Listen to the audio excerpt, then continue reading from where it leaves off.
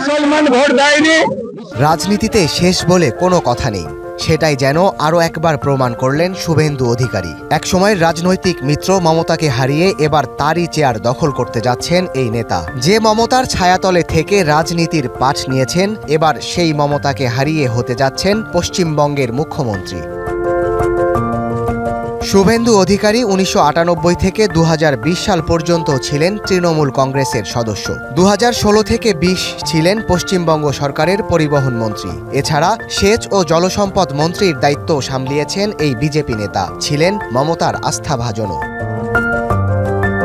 ২০২০ সালের শেষের দিকে মমতার মন্ত্রিসভা থেকে পদত্যাগ করেন শুভেন্দু।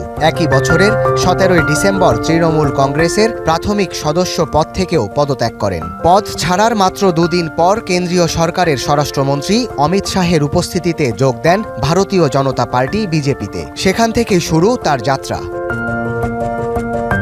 রাজনীতিতে মিত্র কখনো শত্রু কিংবা প্রতিপক্ষ হয়ে যায়, আবার শত্রু কখন মিত্র বা বন্ধু হয়ে যায় তা বলা কঠিন। এজন্যই হয়তো বলা হয় রাজনীতিতে শেষ বলে কোনো কথা নেই, যার প্রমাণ এই শুভেন্দু অধিকারী।